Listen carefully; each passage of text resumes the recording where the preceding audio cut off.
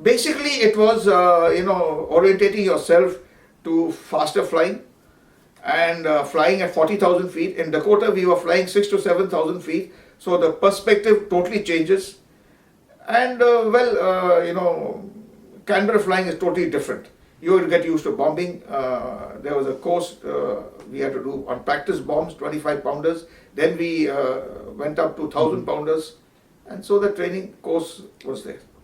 After JBCU, you go to one of the squadrons and they have a training syllabus. When you pass out from JBCU, you're a UT NAV, under training NAV.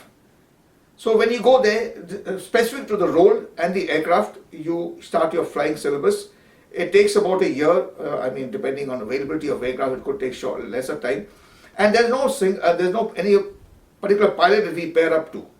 It may be on a certain exercise, like if you're going for a fly past, then you get paired up with a certain pilot on certain exercises only. Otherwise, you fly with anybody and everybody.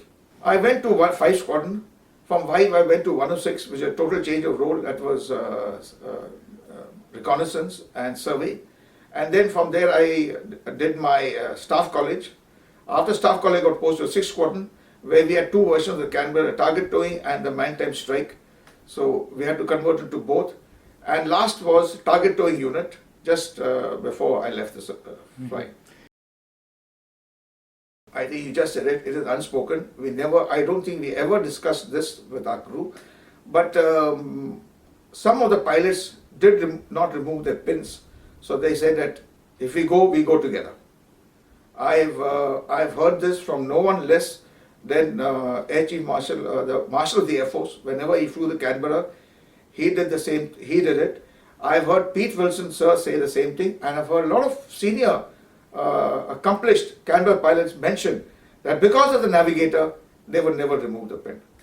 That was, I think, very praiseworthy of them to do it. Actually, I have bags of flying for a simple reason that first I flew in Dakotas and I flew my pants off.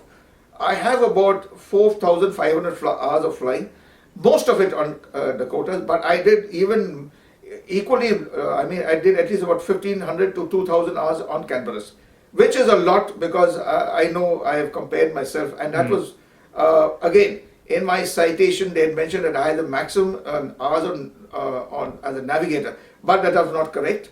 I have to correct it. There are people who have had more than me, but at that point in time, people thought I had the maximum, and that's how I actually got the VM. I'll mention about the sortie. It was, we were doing a practice high-speed attack in formation over the base. And it was around, I think, 1,000 feet, where we hit a massive vulture at a speed of about 420 to 450 knots, something like that.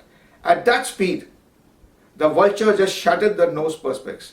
Now, I was the lead navigator, and I was in the prone position in the nose, and the whole nose was shattered.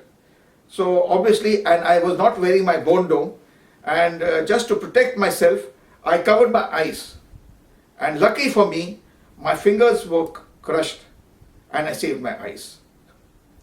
I was operated immediately and hospitalized for some time in Command Hospital. There was a little, I had a little problem with one finger, but otherwise everything was fit and fine.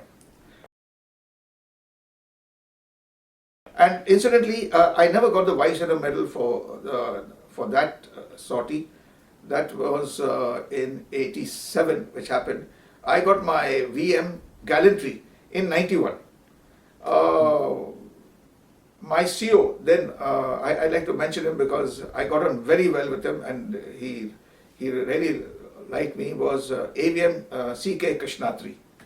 I was his adjutant, and I worked very closely with him.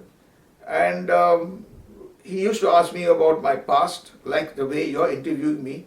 And he said, Conrad, you've done so much, and you've never been, have you ever been commended? I said, no, I have not ever been commended.